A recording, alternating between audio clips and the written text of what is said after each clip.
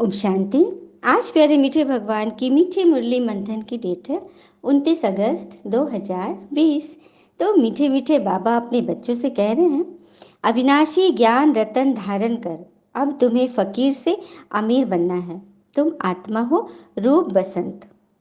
भगवान हमें अविनाशी ज्ञान रतन धारण करने के लिए प्रेरित कर रहे हैं। हम अविनाशी चीज़ें को तो हम एकदम फकीर बन गए थे। अविनाशी चीज़ें हैं प्रेम, सुख, शांति, आनंद, शक्ति, ज्ञान, पवित्रता। इन सब चीज़ों से हम खाली हो गए थे। तो बाबा हमें फिर से भरने आए हैं, क्योंकि हम आत्मा रूप बसंत है। रूप सबको प्यारा लगता है, सब सुंदर दिखना चाहते हैं, और मौसम में बसंत सबको सुहावना लगता है। तो वैसा हमारा चरित्र हो जाए, वैसा हमारा गुण हो जाए। तो उसके लिए हमें कुछ एक पॉइंट को धारण करनी होगी अपने जीवन में। कुछ बातें हैं जो हम उससे ऊपर उठ जाएं, जैसे कि किसी का उपहास करना। हम्म यदि मनुष्य के पास पैसा है, शोहरत है, मान शान सब कुछ है, सम्मान है, तो वो अपने आप को समझता है कि हम सबसे शक्तिशाली हो गए। लेकिन वो ये भूल रहा है कि उससे भी शक्तिशाली है समय। समय कब करवट बदलता है यह किसी को पता नहीं है। तो हमें अपनी चादर के अंदर रहना है। हाँ, किसी का उपहास नहीं उठाना, किसी को भी नीचा नहीं दिखाना। दूसरा है गर्व, अहंकार व अभिमान। ये तीनों चीज़ सुनने में एक जैसे लग रहे हैं ना, लेकिन इन तीनों के परिणाम अलग अलग हैं। जब हम परिश्रम से कोई काम करते हैं तो हमें गर्व महसूस होता है, सफलता से हम अभिमान फील करते हैं। परंतु जब ये भावना अहंकार बन जाती है तब ये समस्या बन जाती है।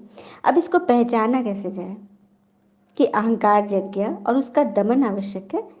जब तक हम खुद को ऊंचा उठाते हैं तब तक तो चलिए सब सही है, लेकिन जब हम किसी को नीचा गिराने के प्रयास में लगते हैं, यही अहंकार है जो हमें और ही और छोटा हीन बना देती है। इनसे बचना है। फिर है ज़्यादा बोलना हानिकारक है। हमारा शरीर कितना जटिल है, हाँ, जिसे ठीक से हम जान भी नहीं सकते। कितने अंदर, उसके अंदर कितनी सारी क्रियाएं हैं, तंत्रिकाएं हैं। उसी तरह से जैसे आँख, नाक, कान, हाथ, पैर, ये सब कुछ हमें इस बात को ध्यान देना है कि ये सभी को दो दो मिले हुए हैं हमें, लेकिन जिह्वा एक ही मिली है। इसका अर्थ कि हमें सब कुछ ज़्यादा कर सकते हैं हम, सुने ज़्यादा, देखे ज़्यादा, हाँ, लेकिन बोले कम। क्योंकि प्रकृति ने हमें ये इशारा दिया है कि अधिक सुने, बोले कम, क्योंकि अधिक व्यर्थ वाचाल नाश का परिणाम लाता है। तो इससे हमें बचना है।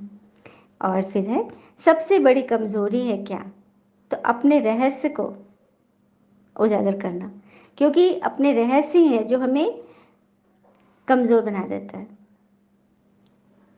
हम चाहे कितने भी शक्तिशाली हो, प्रबल हो, लेकिन यदि हम अपने रहस्य को किसी के सामने उजागर कर दिए तो हम उसके सामने तो हम कमजोर हो गए ना।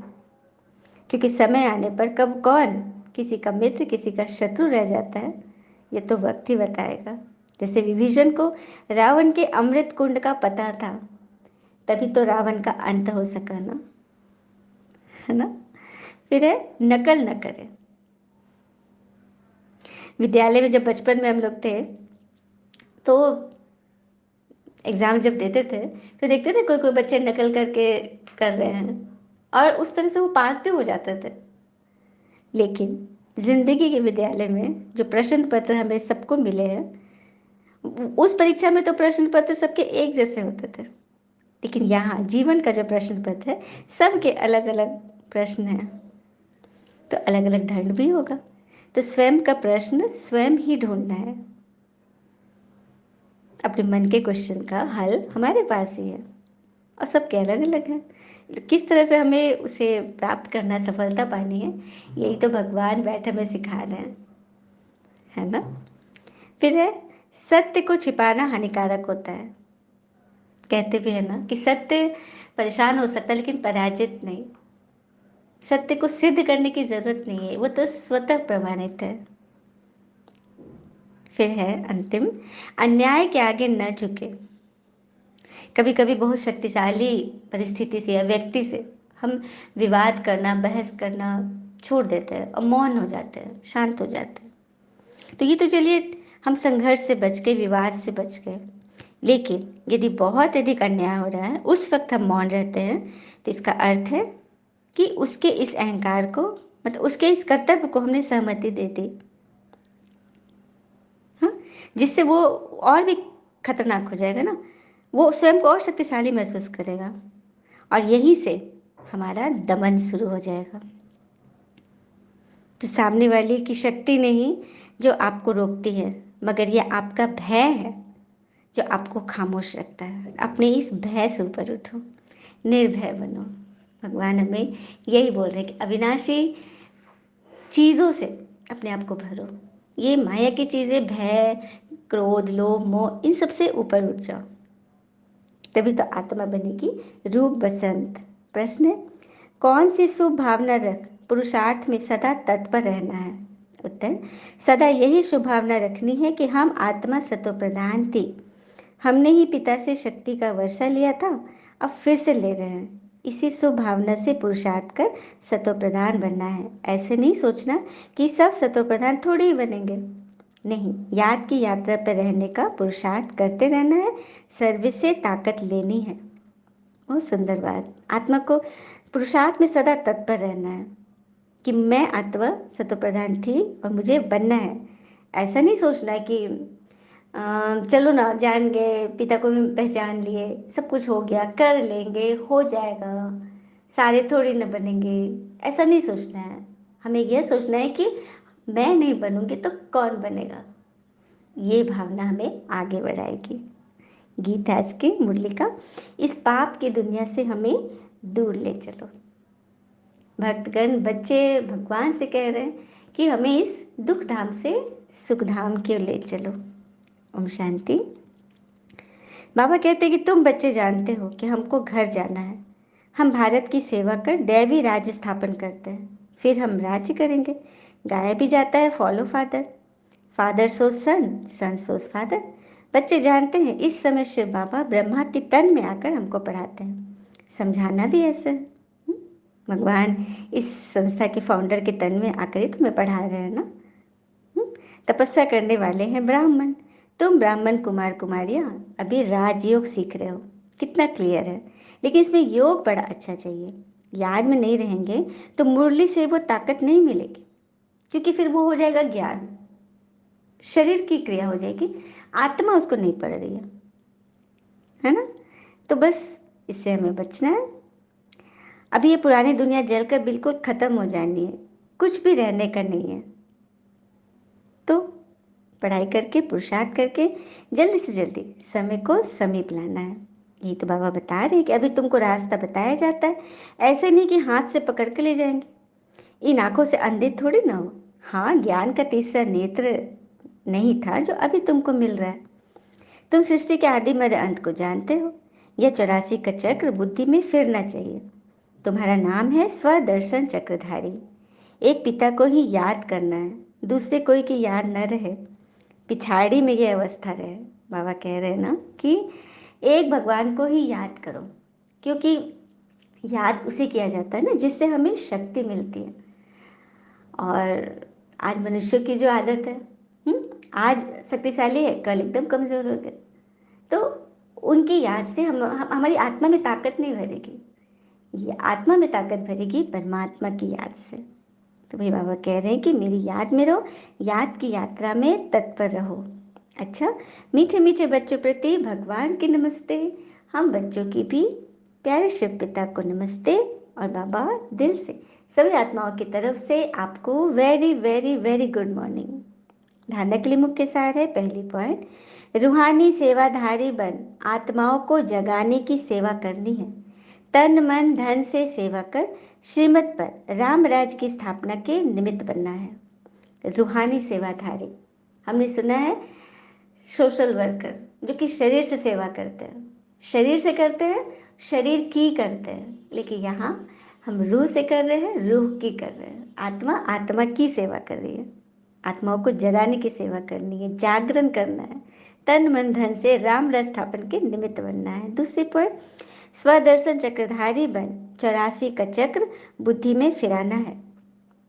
एक पिता को ही याद करना है। स्वदर्शन चक्रधारी अर्थात अपनी आत्मा का दर्शन, 5 स्वरूप है उसका दर्शन करते रहना है।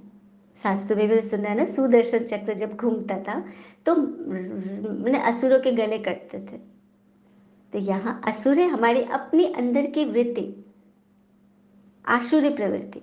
हाँ, इसका उसका करना, दुख में जाना, परेशान होना, किसी को कुछ बुरे बोल बोलना, कुछ बुरा सुन लेना, देख लेना, ये सब आसुरी प्रवृत्ति में आती है। तो इनके इनके गले काटने के लिए, इनको नाश करने के लिए हमें स्वदर्शन चक्र फिराना होगा। हाँ, दूसरे कोई की याद न रहे, कभी किसी बात में तंग होकर पढ़ाई नहीं छोड़नी है। बहुत बहुत अलर्ट रहना है हमें। चलिए हम सभी बाबा से वरदान लेते हैं। बाबा ने वरदान दिया, पिता और प्राप्ति की स्मृति से सदा हिम्मत उल्लास में रहने वाले एक रस अचल भव। पिता और प्राप्ति की स्मृति से सदा हिम्मत उल्लास में रहने वाले एक रस अचल भव। पिता द्वारा जन्म से ही जो प्राप्तियां हुई हैं उनकी लिस्ट सदा सामने रखो। जब प्राप्ति अटल अचल है तो हिम्मत और उल्लास भी अचल होना चाहिए। अचल के बजाय यदि मन कभी चंचल हो जाता है, वह स्थिति चंचलता में आ जाती है, तो इसका कारण है कि पिता और प्राप्ति को सदा सामने नहीं रखते। सर्व प्राप्तियों का अनुभव सदा सामने व स्मृति में रहे तो सब विघ्न खत्म हो जाएंगे। वाह, बहुत सुंदर बात बोल रहे बाबा कि तुम्हें सदा ये सोचना है कि किस तरह से हमें भगवान मिले, भगवान ने हमें क्या से क्या दे दिया। हाँ, कोयला के बारे में कहते हैं ना, वो भी सदियों तक मतलब पुरुषार्थ करते हुए हीरा बन जाता है। हाँ, तो यहाँ क्या हम नहीं बन सकते? भगवान ने हमें चुना है, पारसनाथ हमारे साथ आए, तो क्या हम पारस नहीं बन सकते? तो अपनी चंचलता को कंट्रोल करो, मन को मन को एक दिशा दो, सब प्राप्ति को सदा अनुभव करो, स्मृति रखो कि हम क्या थे, क्या बन रहे हैं, क्या बनना है हमें। इससे हमारे विघ्न खत्म होने लगेंगे। सदा नया उमंग, नया उल्लास रहेगा, स्थिति एक रस और अचल रहेगी। स्लोगन, किसी भी प्रकार की सेवा में सदा संतुष्ट रहना ही अच्छे मार्क्स लेना है। किसी भी सेवा में सदा संतुष्ट रहना ही अच्छे मार्क्स लेना है। देखो, मार्क्स लेना तो सभी चाहते हैं, लेकिन उसके लिए हमें क्या करना है ये भूल जाते हैं। कहते भी है ना, अपनी बातों को सदैव ध्यान पूर्वक कहे, क्योंकि हम तो कहकर भूल जाते हैं लेकिन लोग उसे याद रखते हैं। तो बहुत अलर्ट होके हमें अपनी बातों को रखना है, समझना है और खुश रहना है, क्योंकि खुशी जैसी कोई खुराक नहीं। तो अच्छे मार्क्स, जो सदा संतुष्ट रहते हैं, तृप्त रहते हैं। कल का भी वरदान था ना कि मैं तृप्त आत्मा हूँ, हर सर्व खजाने से संपन्न तृप्त आत्मा हूँ। तो आत्मा तृप्त कब बनती है? जब वो ज्ञान में अच्छी रीति चलेगी, श्रीमत पर एक्यूरेट चलेगी, मनमत और परमत से बची रहेगी। अच्छा, ओम शांति। शुक्र मीठे बाबा, वो बाबा के प्यारे प्यारे बच्चे। थैंक यू बाबा। All is well always. ओम शांति।